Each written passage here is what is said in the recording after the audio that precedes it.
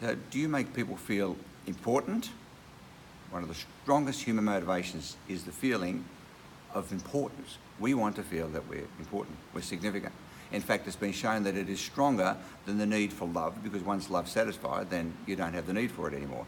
It's stronger than the urge to have food, because once you've eaten plenty, you don't feel hungry anymore. But feeling important is a constant thing that we want all the time. So my question is, how important do you make other people feel?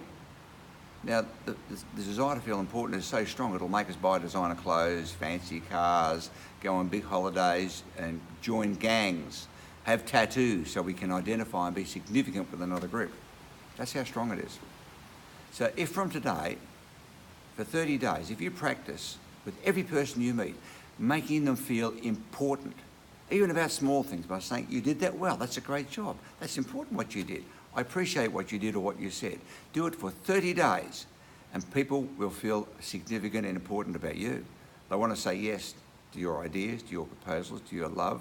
They want to go on a date and they want to give you everything if you make them feel important.